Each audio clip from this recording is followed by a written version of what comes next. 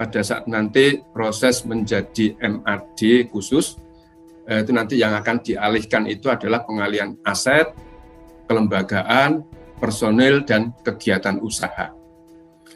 Bapak Ibu sekalian, yang terpenting dari proses yang tadi saya sampaikan ketika dimulai dari sosialisasi di tingkat kecamatan, kemudian sosialisasi di tingkat desa, kemudian output yang terbesar adalah sebuah forum luar biasa yang dinamakan MAD khusus. Itu sebetulnya ada di tengah-tengah satu proses atau forum yang non formal sebetulnya, tetapi itu sangat penting sekali. Itu yang dinamakan dengan pra-MAD. Nah, pra-MAD ini dilakukan untuk melakukan diskusi-diskusi khusus terkait dengan beberapa aturan-aturan yang akan diberlakukan, dan itu tidak bisa dilakukan hanya 1 hari, gitu Pak. Jadi mohon tidak melakukan tiba-tiba langsung dari MAD desa atau musyawarah desa selesai, katakan ada 10 desa sudah musdes semua, terus tiba-tiba mengadakan MAD, nah seperti itu. Di tengah-tengah ada 2 forum ini, antara musyawarah desa dan MAD khusus, itu lakukanlah yang namanya pra-MAD. Karena apa? Draft anggaran dasar, draft anggaran rumah tangga, program kerja, ini tidak bisa dibahas di dalam MAD dan 1 hari pasti selesai, itu tidak bisa Pak. Termasuk salah satunya adalah proses-proses bagaimana mendiskusikan dengan posisi-posisi jabatan yang baru. Kalau kita berbicara di nomor 3, pengalihan personil, ini harus semuanya, itu memang harus diakomodir di dalam Bumdesma, tetapi kan tidak harus semuanya itu menempati posisi lama menjadi posisi baru. Misalnya, seandainya memang ketua UPK memang layak dan memang kredibel, dia mungkin bisa langsung diputuskan di dalam forum pra-MAD dulu, diusulkan menjadi direktur. Tetapi ada beberapa tempat memang saya melihat sendiri bahwa ketua UPK-nya ini sebetulnya belum layak untuk menjadi direktur, sehingga dia di dalam forum pun akhirnya harus tergeser. Seperti itu Pak. Diskusi-diskusi seperti ini jangan dilakukan di dalam forum MAD. Forum MAD ini sebetulnya nanti adalah forum di mana beberapa berkas ini sudah didiskusikan lebih dahulu oleh tim kecil yang melibatkan semua komponen, dan nanti di dalam MAD itu akan dibahas dalam kondisi sudah katakan 80-90% sudah fix seperti itu. Ini bukan berarti merekayasa sesuatu, bukan, tetapi ini malah justru lebih kepada bagaimana hasil-hasilnya ini nanti itu tidak sampai blunder di dalam MAD. Jangan sampai memilih orang yang akan menempati pos-pos tertentu itu hanya asal tunjuk di dalam forum MAD. Nah, seperti itu. Makanya ini kesepakatan-kesepakatan itu dilakukan di dalam pra-MAD, di mana nanti ada wakil kecamatan, wakil kepala desa, BKAD, dan UPK itu duduk bersama untuk merumuskan hal-hal yang mungkin harus disepakati dulu sebelum dibawa ke MAD. Salah satunya yang terpenting, nah ini yang terpenting dan ini harus dipahami bersama-sama, itu adalah posisi kelurahan. Nah ini,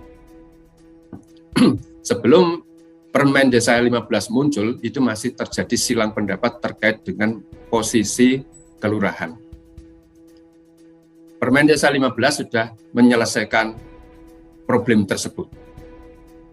Artinya, kelurahan itu mendapatkan porsi yang sama, tidak ada bedanya dengan desa pendiri Bumdesma. Satu yang tidak bisa dilakukan oleh pihak kelurahan hanya tidak bisa dan tidak boleh menandatangani permakades pendirian Bumdesma. Kan itu aja. Tetapi hak kewajibannya semuanya itu tidak jauh berbeda dan memang tidak dibedakan. Di dalam MAD, kelurahan juga diundang secara utuh. Utusannya juga diundang dengan jumlah yang sama dengan utusan desa. Hak dan kewajiban masyarakat kelurahan itu juga diperlakukan sama dengan yang di desa. Ini Pak, ini yang sudah penegasan sehingga ini memudahkan nanti ketika ada pertanyaan-pertanyaan bagaimana dengan posisi kelurahan di dalam proses MAD ini.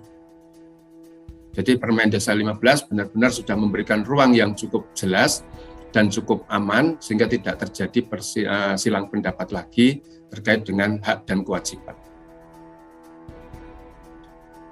Ini sudah. Nah, ini saya meskipun ini agak basi gitu ya Pak ya, tapi saya tetap harus menyampaikan lagi karena ini masih muncul di mana-mana. Pendirian BUMDesma itu tidak ada kaitannya dengan keberadaan BUMDes di desa. Nah itu dulu. Artinya ada 10 desa, tidak ada BUMDesnya sama sekali di 10 desa, itu tidak ada urusannya dengan pendirian BUMDesma. Karena saya masih mendengar dan masih sering didebat terkait dengan masalah BUMDesma ini. Karena pemahamannya masih mengatakan BUMDesma ini didirikan oleh BUMDes-BUMDes. Atau BUMDesma ini didirikan, kemudian nanti yang akan mengelola adalah BUMDes-BUMDes yang ada di kecamatan tersebut. Nah, ini sangat-sangat berbeda. Jadi sekali lagi, BUMDesma tidak ada kaitannya dengan BUMDes, karena yang jelas yang mendirikan BUMDesma itu bukan direktur BUMDesa, tetapi yang mendirikan BUMDesma adalah kepala desa melalui legalitasnya Permakades, peraturan bersama kepala desa. Ini yang tetap meskipun sudah basi, tapi tetap saya harus mengingatkan kembali. ADART-nya sudah sangat jelas, ini kami masih diperdebatkan. Tadi malam saya masih ada lagi yang telepon saya menyatakan saya sudah punya ADART. Kenapa? Kok harus dirubah lagi?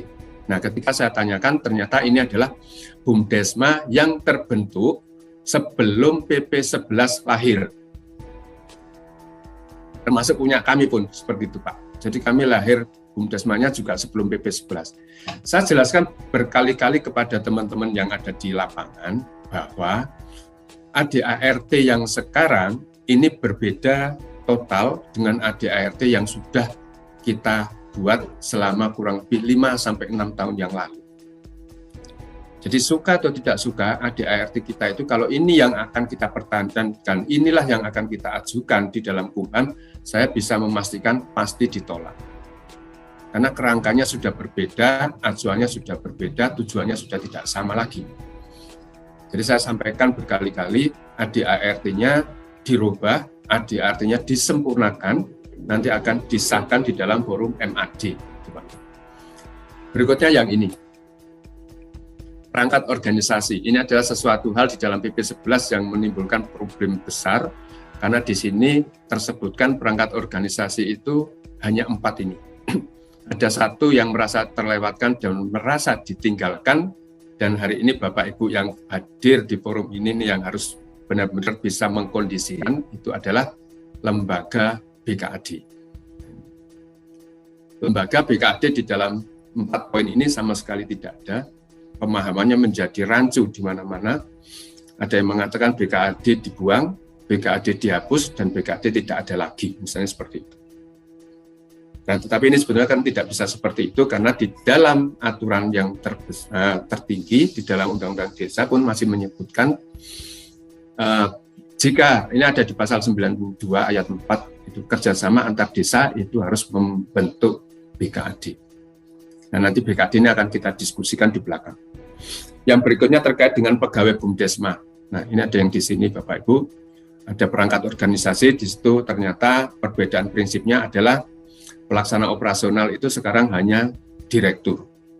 Sekretaris dan bendahara bukan lagi masuk dalam pelaksana operasional, tetapi masuk ke dalam kelompok pegawai BUMDesma. Ini 2 kelompok yang nanti sekali lagi penterjemahnya supaya diseragamkan supaya tidak menjadi problem di belakang hari.